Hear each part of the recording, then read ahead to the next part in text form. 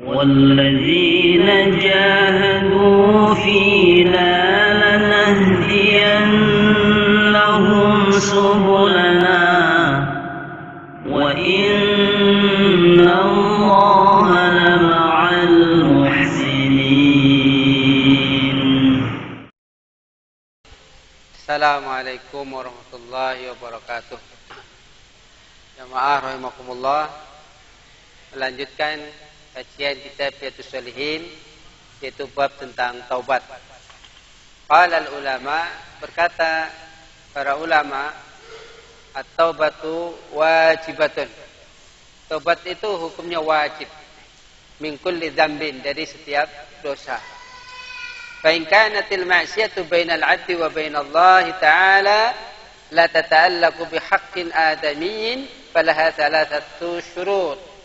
Apabila dosa itu antara seorang hamba dengan Allah Azza wa Jalla, maka syaratnya ada tiga.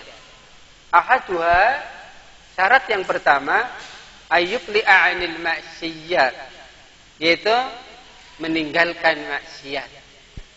Seseorang apabila punya dosa dan dia mengakui tentang dosa itu dan dia ingin bertobat, maka syarat yang utama dia harus meninggalkan dosa itu, meninggalkan maksiat itu.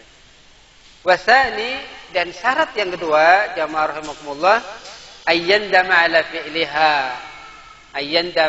fi'liha, harus menyesal.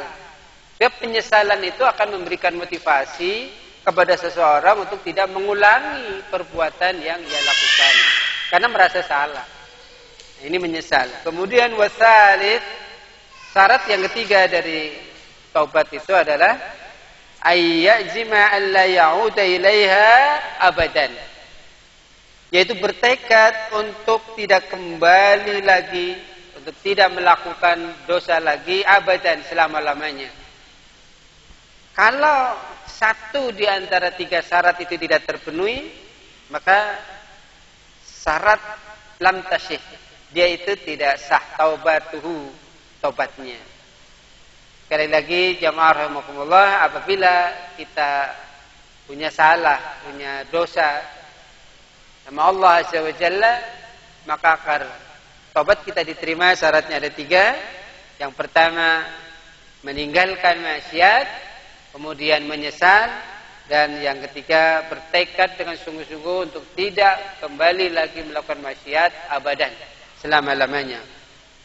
Wa in kanatil ma'siyatu tata'allaqu bi adamiyyin, tetapi kalau kita punya salah, punya dosa, punya masalah dengan hakul adam, sesama manusia, fasurutuha arba'atun, maka syaratnya ada empat. Hadhihi thalathah, syarat yang tiga yang tadi saya sampaikan, itu mutlak harus dilakukan. Wa ayyabra'a min haqqi sahibiha. Kemudian ada satu syarat lagi, apabila dia punya salah sama orang, maka harus membebaskan diri dari hak-hak orang lain.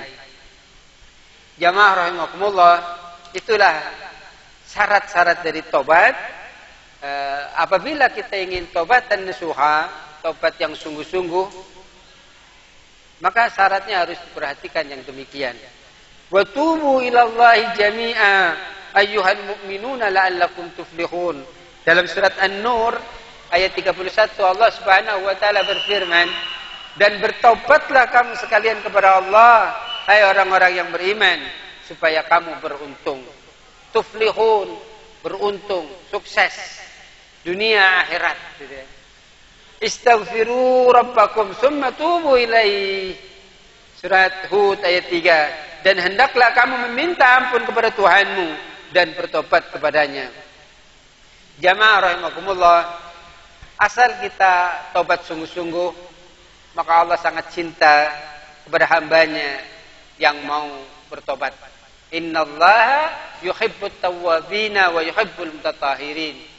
Sesungguhnya Allah itu mencintai orang-orang yang mau bertobat dan menyucikan diri.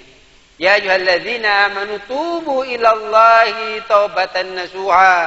Surat At-Tahrim ayat 8. Wahai orang-orang yang beriman, bertobatlah kepada Allah dengan taubat yang semurni-murninya. Ada satu hadis dari Rasulullah sallallahu alaihi wasallam dalam kitab Riyadhus Shalihin, wa an Abi Hurairah radhiyallahu anhu qala sami'tu Rasulullah sallallahu alaihi wasallam yaqul wallahi inni la astaghfirullah wa atubu ilaihi fil yawm aktsara min 70 marratan. Rawahul Bukhari.